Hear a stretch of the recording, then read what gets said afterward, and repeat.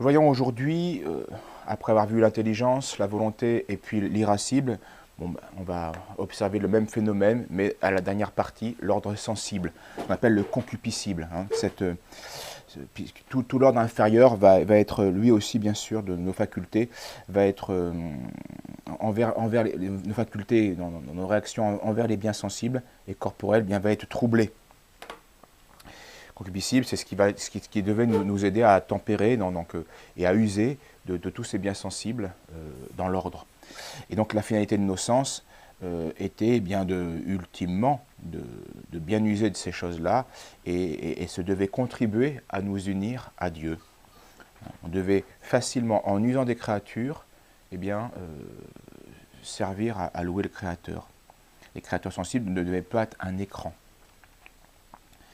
Et ultimement, même l'ordre sensible devait servir à être offert, à être immolé, devait être comme un cadeau qu'on nous fait et qu'on rend à Dieu. Immolé en sacrifice, alors pas sacrifice sanglant s'il n'y avait pas eu de péché, mais en tout cas en sacrifice, en disant, en don de biens qui est symbolique d'échange et d'amitié envers la créature et son créateur, pour tous les bienfaits que le Créateur nous a donnés.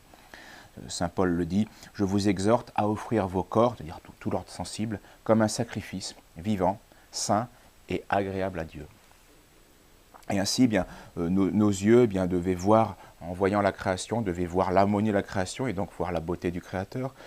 Nos oreilles, en entendant, là aussi, l'ordre sensible,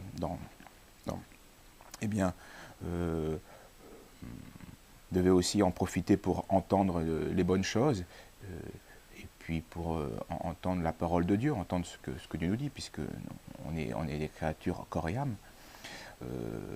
La langue devait servir à être utile au prochain, à dire le vrai, et puis aussi à louer Dieu, ultimement. L'odorat est même chose, à sentir toute cette diversité dans cet ordre-là, et en fait, de manière symbolique, à répandre de bonnes œuvres. Nos mains devaient servir à la justice, nos pieds devaient servir soit à notre subsistance, soit à l'utilité du prochain, soit nos mouvements, nos déplacements, soit à la gloire de Dieu, au service de Dieu, etc. Donc, la langue, chanter la gloire de Dieu, on l'a dit. Bref, notre cœur, le cœur sensible, aurait dû être comme le centre de notre prière amoureuse. Bref, tout l'ordre sensible devait servir à notre déification, à la déification de l'homme.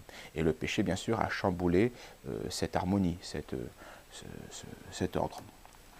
Donc l'âme, s'étant détournée de Dieu, ses sens et ses facultés ont été comme déviés de leur finalité.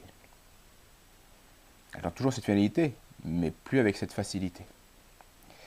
Et cet homme dénaturé, l'Écriture, le Nouveau Testament, le nomme l'homme, le vieil homme, qu'il faut faire mourir pour laisser le nouvel homme renaître. C'est le sens de cette expression. Le vieil homme, celui dont les sens ne sont plus, sont dégénérés, et que l'homme nouveau a tous ses sens. Mais faut-il encore les éduquer, les réorienter?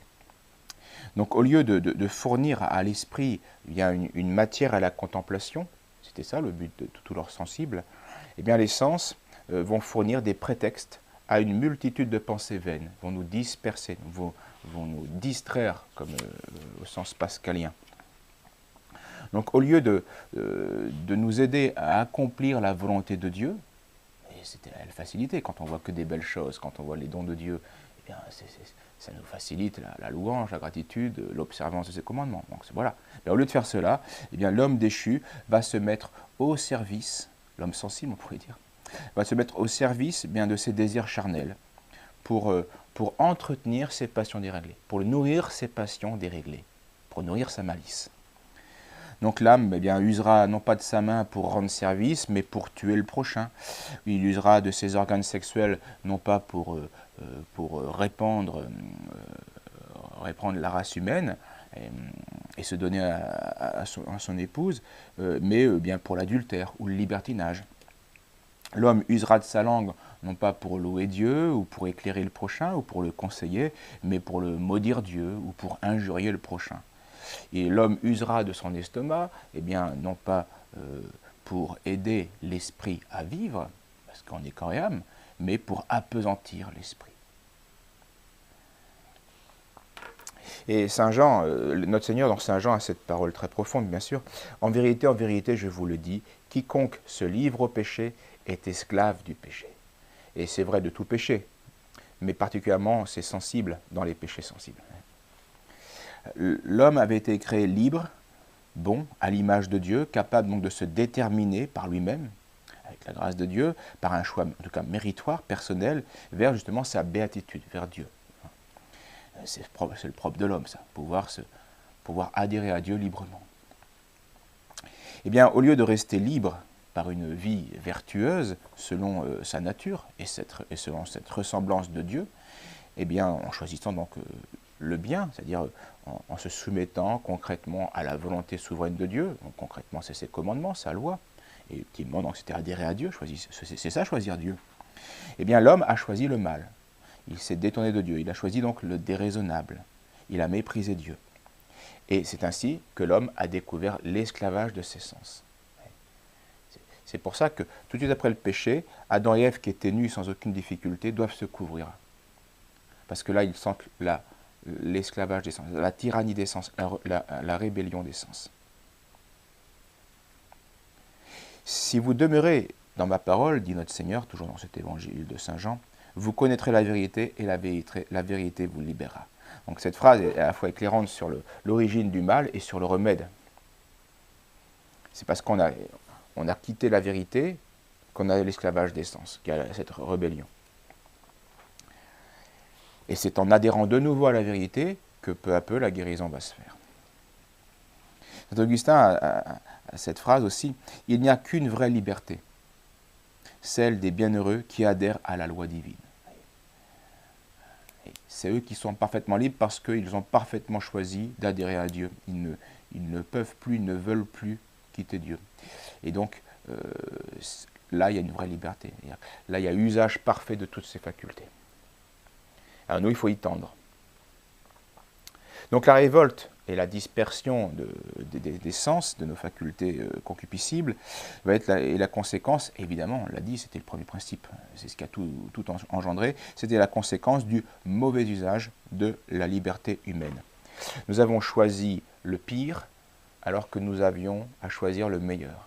Il suffit le meilleur, à adhérer à Dieu, à louer notre Créateur, et on a choisi bien de se rebeller, et donc de connaître l'esclavage des sens. La liberté de péché est évidemment une fausse liberté, qui va produire, notre Seigneur nous a prévenu, l'esclavage, et non pas la liberté. La liberté de péché produit l'esclavage, ne libère rien. Ça produit la déchéance et non pas l'épanouissement. Ça produit l'abrutissement et non pas notre déification. Il suffit de voir les défilés de la Gay Pride pour comprendre ces choses-là. L'abrutissement, la déchéance et pas l'épanouissement. Alors, de Dieu, dit notre Seigneur, on ne se moque pas. Ce que l'on a semé, on le récoltera. Ou c'est Saint Paul dans ses épîtres. De Dieu, on ne se moque pas. Ce qu'on a semé, on va le récolter. C'est logique. Et donc, ce qu'on a semé dans la chair, eh bien, on récolte la logique de cet esclavage du péché. C'est la honte d'être dominé par ses sens. Voilà pourquoi Adam et Ève se sont tout de suite couverts. Et puis la mort de l'âme et du corps. Donc on a prétendu, l'homme pécheur et notre époque pécheresse, apostate, on a prétendu bien être libre comme Dieu. On a voulu être libre comme Dieu. C'est-à-dire en se détournant de lui, parce qu'on s'est dit on peut être libre sans vous. On va se faire Dieu. Alors on s'est fait Dieu, c'est-à-dire on s'est déclaré l'homme pécheur, et l'époque révolutionnaire s'est affirmé comme étant autodéterminante. Je me suffis, absolument autonome, en ne se référant qu'à sa volonté, et pas à celle de Dieu. Donc on est autoréférencé, en se suffisant à soi-même, en étant la mesure de toute chose. Et ça c'est le propre de Dieu. Donc on s'est fait Dieu. L'homme qui ne prétend pouvoir ne pas se soumettre à la volonté de Dieu, se fait Dieu. Il ne le dit pas, mais il se fait Dieu. Il se fait la mesure de toute chose. Sa volonté humaine devient mesure de toute chose. C'est la Déclaration des droits de l'homme qui est l'essence même du péché luciférien. Alors, conséquence de cette idolâtrie, eh bien, c'est l'esclavage. L'esclavage de la concupiscence de la chair, concupiscence des yeux et orgueil de la vie, phrase bien connue de Saint Jean. Tous les apôtres l'ont dit d'une manière, donc ça c'est Saint Jean qui le dit. N'aimez pas le monde parce que l'amour du monde est contre Dieu. Et l'amour du monde c'est quoi? C'est la concupiscence de la chair, concupiscence des yeux et orgueil de la vie. C'est-à-dire esclavage et désordre dans ces domaines-là. Saint Pierre dit la même chose, d'une autre manière. Ils promettent la liberté quand eux-mêmes sont esclaves de la corruption. C'est les philosophes. Ils étaient esclaves de leur passion, mais ils prêchaient la liberté. Car on est esclave de celui par qui on s'est laissé vaincre. On est esclave de celui par qui on s'est laissé vaincre. Alors, l'esclavage quant au corps, ça, on n'est pas toujours maître, mais quant à l'âme, on en est les responsables de cet esclavage. On s'est laissé dominer par la chair, par ce qui était inférieur, par nos passions, par nos caprices. Et saint Paul, lui aussi, parle de ces choses-là. Car lorsque vous étiez les esclaves du péché, vous étiez libres à l'écart de la justice. Ah oui, mais c'était pour en souffrir. Quel fruit avez-vous alors de ces choses dont vous rougissez aujourd'hui? Honte et mort. Car la fin de ces choses, c'est la mort. Mais maintenant, affranchi du péché, est devenu esclave de Dieu. Donc, de toute façon, il y a une loi. Loi de la chair ou loi de Dieu. Donc, il faut choisir. La bonne loi, c'est la loi de Dieu. La mauvaise, celle qui va nous faire souffrir, c'est celle de la chair, celle du démon. Devenu esclave de Dieu, vous avez pour fruit, maintenant, la sainteté, et pour fin, la vie éternelle. Car le salaire du péché, c'est la mort, mais le don de Dieu, c'est la vie éternelle. Donc, voilà, toujours ce choix. On a le meilleur, il faut le choisir, sinon il est déraisonnable, délirant de choisir le pire. Et malheureusement, c'est ce que font la plupart des hommes. Saint Isaac le Syrien, un père du désert, dans les 5e siècle, je pense, 4e ou 5e, enfin 4e, 5e, 6e siècle, je ne sais plus. Donc Saint Isaac le Syrien a cette phrase tout à fait à la fois prophétique et très profonde. La fin de cette liberté intempestive, donc cette fausse liberté de la chair qui va se détacher de la soumission à la loi de Dieu. Donc la fin, la finalité de cette liberté intempestive est un dur esclavage. Et un dur esclavage, oui. Et on le constate.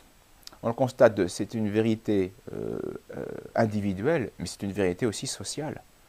La société, depuis la Révolution française, depuis cette explosion des passions, mais produit un esclavage qui sera encore plus intime que l'esclavage grossier des corps que l'Antiquité a pu connaître. Parce qu'en plus, c'est la technologie qui s'en mêle. Et puis, il y a une vraie possession des âmes. Oui, la fin de la fausse liberté, c'est un dur esclavage. Et en effet, l'homme déchu, revenons au niveau individuel, l'homme déchu, eh bien, est vraiment rivé à la chair, on le voit bien. L'homme qui est dominé par sa gourmandise, c'est honteux et c'est dur, c'est dur. C'est dur de s'en défaire, mais c'est encore plus dur d'être soumis à cet esclavage. Donc l'homme déchu est rivé à la chair, il est dominé par la loi de la chair. Il est asservi à ses sens et il subit la tyrannie de ses désirs. Et comme un drogué, c'est terrible, c'est une grande souffrance d'être esclave de ses passions. Donc assujetti à cette recherche continuelle de la jouissance, souvenez-vous, hein, on multiplie la quantité parce qu'on a perdu l'acte de qualité. Et à la crainte de la souffrance. Oui, ce qui nous a fait choisir cette liberté folle, c'est parce qu'on ne veut pas se peiner dans la loi de Dieu. Mais il faudra souffrir d'une autre manière. Donc cette crainte de la souffrance. Et donc on devient au final serviteur des vices. Voilà. Bref, esclave de nos passions désorientées. Et ce qu'il va falloir maintenant approfondir la prochaine fois, et là ça nous prendra beaucoup plus de temps, eh bien c'est approfondir ces vices qui nous tyrannisent, ce qu'on appelle donc les passions, et qui sont proprement nos maladies spirituelles. Voilà, à la prochaine fois. Merci.